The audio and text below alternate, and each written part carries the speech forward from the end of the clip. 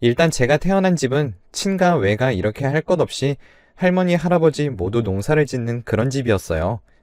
그나마 다행인 것은 밭을 빌려서 하는 게 아니라 우리 집 밭이어서 그나마 먹고 살만하단 정도였죠. 제 밑으로는 남동생이 하나 있었죠. 절 낳기 전 아버지는 서울에서 일하겠다고 말을 하며 상경했습니다. 그렇게 작은 구멍가게를 하나 얻었고 그곳에서 겨우겨우 입에 풀칠만 하며 살았는데 요즘 과일들이 금값이라 마음 편하게 못 사먹는다고 하지만 당시 저에게는 그런 말들이 필요 없었습니다. 구멍가게에서 팔다가 남아 썩게 되거나 더 이상 팔지 못하는 과일들은 썩은 부분을 빼놓고 먹곤 했었거든요. 저도 몰랐는데 그게 한으로 남았나 보더군요. 동생은 추운 날 남의 집 창문 밖에서 TV 화면만 보고 서 있을 정도로 저희 집은 아무것도 없이 그저 그렇게 살고 있었습니다.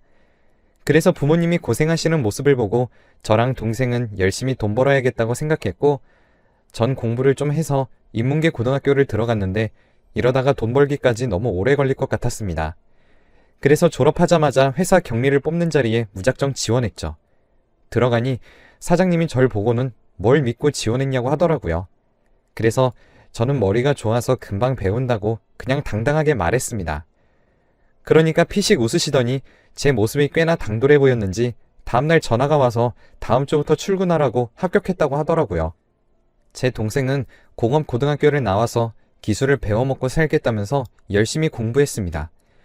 역시 기술을 배워야 오래 먹고 살 수 있다면서요. 참 어린 나이에도 똘똘하다 싶었죠. 그렇게 전 꽤 큰 회사의 격리로 들어갈 수 있었고 아무것도 모르다 보니 초반에는 배우는데 정말 많이 혼나고 깨지고 야근은 밥 먹듯이 했습니다. 하지만 그렇게 몇 개월이 지나니 이제 저도 제 밥그릇 정도는 챙길 수 있을 정도가 되더라고요. 그때 저와 함께 배우던 동기와는 그야말로 자매 같은 절친이 되어 있었습니다. 아무래도 매일 아침 일찍 출근해서 보고 밤 늦게까지 함께 야근하고 그렇게 하루 24시간 중에 15시간 이상을 보니 친자매가 있다면 혹시 이런 기분일까? 라는 생각이 들 정도로 저희는 가까워지게 되었고 친했습니다.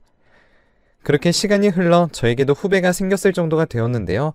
그 후배는 제가 신입으로 일을 시작했을 때와는 달리 뭐든지 척척 알아서 잘 처리하고 제가 도와줄 일이 거의 없이 편했습니다. 그 모습을 보면서 제 사수였던 윗선배에게 저 가르치느라 고생했다면서 농담을 던지니 그걸 이제 알았냐고 웃을 정도였죠. 모든 사람들이 새로운 일 잘하는 신입 격리를 좋아하고 점점 더 많은 일들을 시키게 되었습니다. 저도 막내를 벗어나니 좀 여유로워지더군요. 그렇게 저도 연애라는 것을 시작하게 되었죠. 회사의 대리직을 맡고 있는 사람이었는데 주변의 평판도 좋고 키도 크고 얼굴도 잘생긴 사람이었어요. 게다가 일도 잘해서 앞으로 승승장구할 거라고 좋은 사람 만난다며 주위에서 부러움도 샀습니다. 거기에 회사가 너무 보수적이라서 복장만이라도 규제를 풀어달라는 저의 건의사항을 사장님이 받아들여 주셨고 그 일을 계기로 남자 직원들도 저한테 고맙다고 하더군요. 사장님도 절 눈여겨봐 주셨고 얼마 후 성과금까지 받아서 친자매 같은 동기가 부럽다 장난으로 저에게 시기할 정도로 즐거운 때였죠. 그날도 남자친구와 회사에서 조금 떨어진 곳에 맛집에서 데이트를 하는데 제가 지갑을 책상 위에 두고 온 것을 알게 되었어요. 집으로 가기 위해서는 돈이 필요하기 때문에 마지못해 회사로 다시 돌아가려는데 남자친구가 버스비를 줄 테니 늦었는데 그냥 가라고 하더라고요. 그런데 왠지 회사로 돌아가 봐야 할 것 같은 느낌이 들었습니다. 그래서 남자친구에게 회사도 가깝고 경비도 있을 테니 걱정 말고 들어가라고 했습니다. 그는 걱정이 되니 안 되겠다고 말하면서 함께 회사로 향했고 자기가 올라가서 지갑을 가져올 테니 이곳에서 기다리라고 하더라고요. 지갑이 어디 있는 줄 알고 그러냐고 제가 다녀오겠다고 했습니다. 그렇게 제 자리로 갔는데 저는 충격적인 장면을 보고 말았습니다. 후배가 제 자리 컴퓨터로 뭔가 하고 있었기 때문이죠.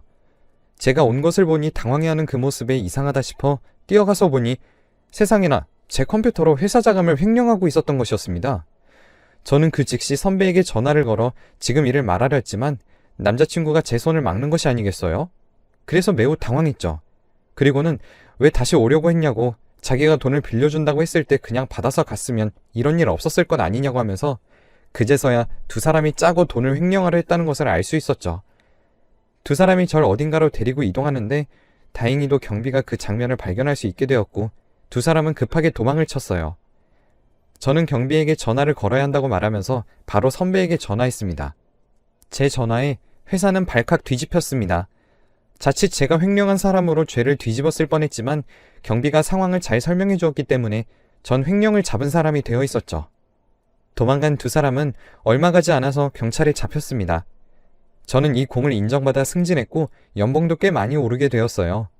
하지만 회사에서 제가 지나갈 때면 남자에게 속아 큰일 당할 뻔한 여자로 낙인이 되어 있어 그 회사에 있는 것이 괴로웠죠. 그나마 위안이 되는 것은 저와 친자매처럼 지내던 동기였습니다. 조금도 변함없이 저와 같이 밥 먹고 차를 마시며 전과 다름없이 대해주었거든요. 하지만 동기에게는 미안하게도 점점 불어가는 소문에 저는 퇴사를 결심하게 되었습니다. 사장님께서는 그런 저를 안쓰럽게 여기시면서 시작한 지 얼마 안 된 회사 사장이 있는데 비전도 좋고 거기서 사람을 구하니 가보라고 일자리를 주설해줬고 그곳에 다니게 됐습니다. 동기는 일 잘하는 네가 왜 그만둬야 하느냐고 저에게 말했지만 고맙다는 말만 할 수 있었죠. 그 이후로도 동기와 가끔 만나 이런저런 말을 하면서 요즘 말로 힐링을 할 수 있었습니다. 때론 연말 같은 경우에는 손이 모자라 선배에게서 도움 좀 달라고 요청이 올 때도 있었는데 다행히 제가 일하는 회사는 작은 회사라 금방 끝낼 수 있었고 사장님들끼리 아는 사이라서 도와주고 일당을 받을 수도 있었습니다. 전에 다녔던 회사에 가면 모두들 알아보고 잘 지내냐 해주는 게 고마웠죠. 그렇게 3년 정도 이곳에 다니다 보니 제 회사도 점점 커지고 직원들도 많아지게 되었고 꽤 커다란 사무실로 옮겨 이제는 제법 회사라고 할 만한 크기가 되었죠. 정말 작은 회사에서부터 이곳에 있어서 그런지 제 회사가 성장하는 모습을 지켜보는 것 같아서 뿌듯하다는 생각이 들기도 했습니다. 물론 제 월급도 올랐지만요. 평소처럼 월말 월초 지옥의 구간을 끝내고 제 스스로에게 선물을 주기 위해서 칼퇴근을 하고 쇼핑을 하려던 찰나 사장님이 절 불렀습니다. 그리고는 저녁을 같이 먹자고 하더라고요. 저는 저녁은 부담스러우니 나중에 점심을 드시는 건 어떻겠냐고 물었고 사장님은 내일 점심에 같이 먹자고 그렇게 약속을 정하고 마무리했습니다. 다음날 점심을 먹는데 좋은 곳을 안다면서 절 한정식 집에 데리고 가는 게 아니겠어요? 너무 비싼 것 아니냐고 하니까 걱정하지 말라고 하시면서 맛있게 먹어주라고 하더라고요. 이런 상황이면 어쩔 수 없이 먹어야 하기에 맛있고 즐겁게 먹자고 생각하면서 사장님과 이런저런 이야기를 나눴습니다. 생각보다 이야기가 잘 통했죠. 그리고 사무실로 다시 들어가려고 하는데 사장님이 저에게 주말에 약속을 잡아도 되겠냐고 영화를 같이 보고 싶다고 하는 겁니다. 그래서 제가 뭘 잘못 들은 것 같다는 표정으로 바라보니 열심히 일하고 늘 웃으면서 일하는 모습에 좋아하게 됐다고 저에게 고백해왔습니다. 하지만 제겐 잊히지 않는 트라우마가 있었죠. 그래서 거절했습니다. 못 들은 것으로 하겠다고 하자 절 붙잡으면서 과거에 저한테 어떤 일이 있었는지 알고서 말하는 거라고 자기는 그렇게 절 속이는 일을 절대 하지 않을 거라고 하시면서 자신을 믿어달라고 간절하게 말하더라고요. 그 모습에 마음이 흔들려 주말에 만나 데이트를 하기로 했습니다. 그렇게 몇 번 만나 시간을 보내니 사장님은 참 좋은 사람이었습니다. 늘 제게 사랑을 아낌없이 표현하고 절 우선시해주는 그런 사람이었죠. 그런 모습에 결국엔 연애를 시작했습니다. 다시 연애를 시작한다는 소식을 가장 먼저 알려준 사람은 바로 제 전 직장 동기였습니다. 제 말에 당장 약속을 잡고 만나자마자 누구냐고 절 달달 볶아댔죠. 그래서 제가 우리 회사 사장님이라고 말하자 깜짝 놀라며 잘 됐다고 해주었습니다.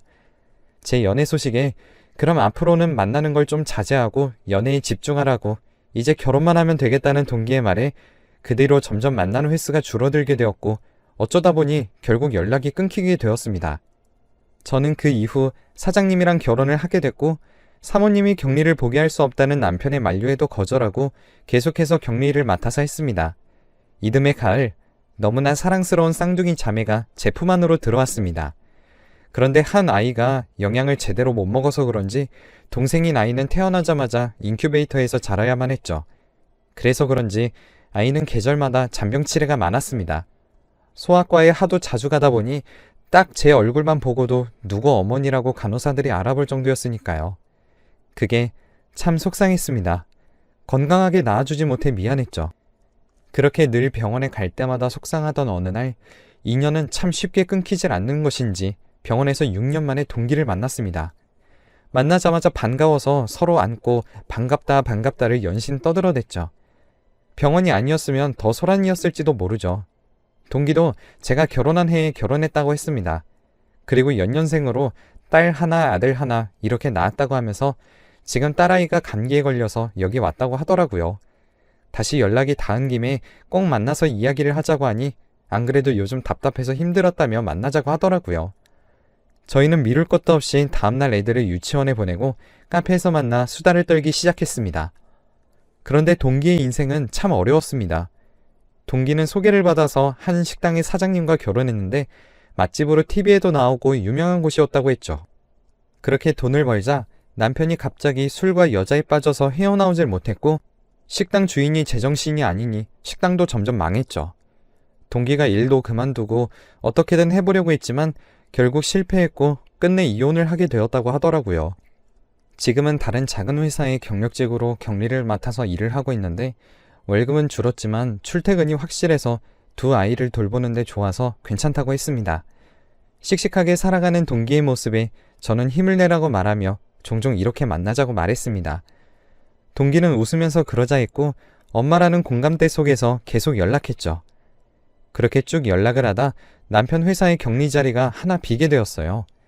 제가 남편에게 친구를 소개해도 괜찮냐고 말했고 그때 그 회사에서 같이 일했던 친구라고 하니 그렇다면 좋다고 해서 제 친구는 그렇게 저희 회사 격리로 들어와서 일을 하게 되었습니다. 전보다 더 월급이 오르자 친구는 더 좋아하면서 제게 연신 고맙다고 열심히 하겠다고 손을 꼭 잡더라고요. 너무 무리하지 말라면서 제가 대신해서 동기의 아이들도 봐주기도 했습니다. 초등학교에 들어가서는 학교가 끝나면 당연한 듯 저희 집으로 와서 같이 저녁까지 먹고 숙제를 하고 있으면 동기와 남편이 같이 퇴근하고 돌아와서 동기는 아이들을 데리고 집으로 돌아가기도 하고 제가 아이들과 같이 놀러가 시간을 보내기도 했죠.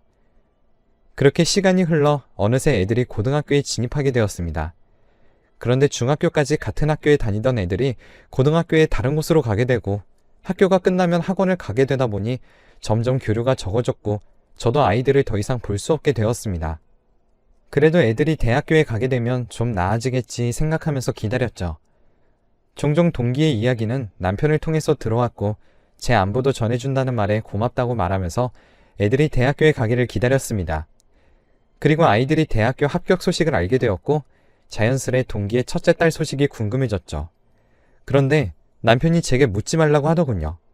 원하던 대학에 떨어져 재수를 생각하고 있다고 했습니다. 아이들 학교 문제는 예민한 것이기 때문에 연락할 수 없었죠. 그렇게 제 아이들은 인서울에서도 상위권 쪽의 학교를 다니게 되었고 저는 차마 동기에게 계속 연락할 수 없었습니다. 그리고 다음해 봄, 남편이 동기의 딸과 아들이 다 대학에 붙었다고 우리 딸들과 같은 학교라고 했습니다. 그 말에 전 기뻐서 동기에게 연락했고 동기도 고맙다면서 저희는 다시 수다 산미경에 빠질 수 있었죠. 그렇게 애들도 다 키웠다고 생각하면서 지내던 어느 날 갑자기 청천벽력과도 같은 소식이 제게 날아왔습니다. 딸들이 MT를 갔다가 돌아오는 길에 교통사고를 당했다는 소식이었죠. 저는 깜짝 놀라 병원으로 향했고 딸들은 둘 다 아직까지 수술 중이라고 했습니다. 저는 그날처럼 하늘에 간절히 빌고 또 빌었던 날이 없었던 것 같습니다. 하지만 제 기도가 모자랐던 탓인지 딸 하나는 깨어났지만 다른 딸은 식물인간이 되어버렸습니다. 참 충격적이었어요. 그래도 전 포기하지 않고 딸을 열심히 간병했는데 이번에도 둘째가 아파진 모습에 엄마가 생엔 무언가 크게 잘못을 했고 그래서 네가 계속 아픈가 보다 말하면서 포기하지 말라고 계속 말해주었습니다. 쌍둥이라 그런지 첫째도 제 동생의 모습에 마치 제가 아픈 것처럼 힘들어하면서 쭉 간병했고 동기의 자녀들도 자주 찾아와서 계속 말을 걸어주며 심심하지 않게 하는 것이 좋다면서 곁에 있어 주었습니다. 그 모습에 참 제 엄마를 닮아서 성품도 좋다 생각하면서 고맙다고 나중에 이모가 꼭 보답하겠다고 말하면서 미래를 약속했습니다. 그런데 어느 날 병원 안 편의점에서 마실 것을 사러 내려온 잠깐 사이 간호사에게서 호출이 와 급하게 병실로 올라갔습니다.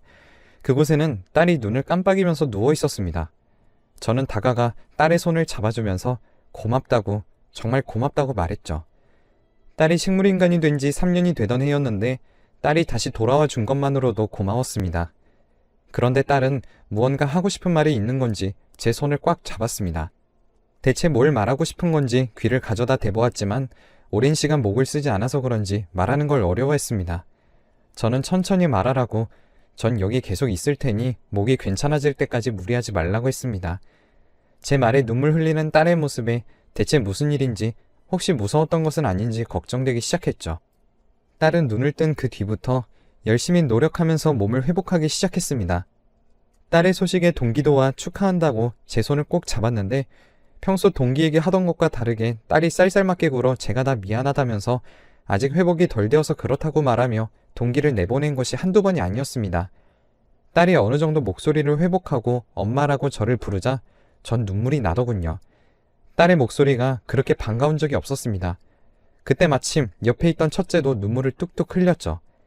하지만 둘째는 결의에 찬 표정으로 하고 싶은 말이 있다며 더듬거리며 말을 하기 시작했어요.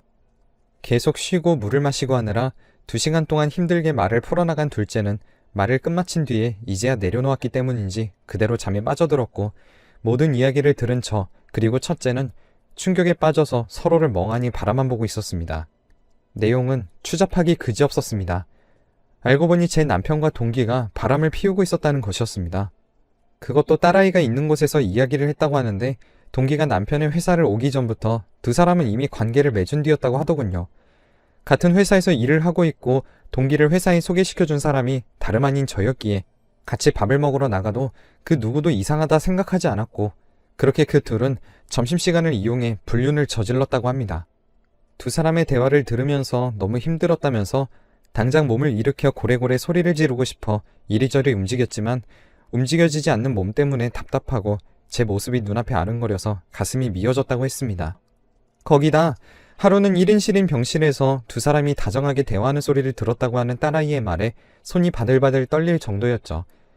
첫째는 둘째가 한 말을 다 녹음해 놓은 상태에서 잠들어 있는 둘째를 보며 제게 어떻게 할 것이냐고 물어보더라고요. 저는 첫째에게 미안하지만 네 아버지를 용서할 수 없을 것 같다라고 말을 했고, 첫째도 엄마, 우리 다 컸으니 그런 건 걱정하지 마. 알았지? 라면서 절 꼭 안아주었습니다. 그렇게 첫째에게 둘째를 부탁하고는 남편이 있는 집으로 돌아갔습니다. 제가 돌아오자 남편은 고생했다면서 참 젠틀한 모습으로 절 맞이했습니다. 남편의 그 모습이 가증스럽기까지 했죠.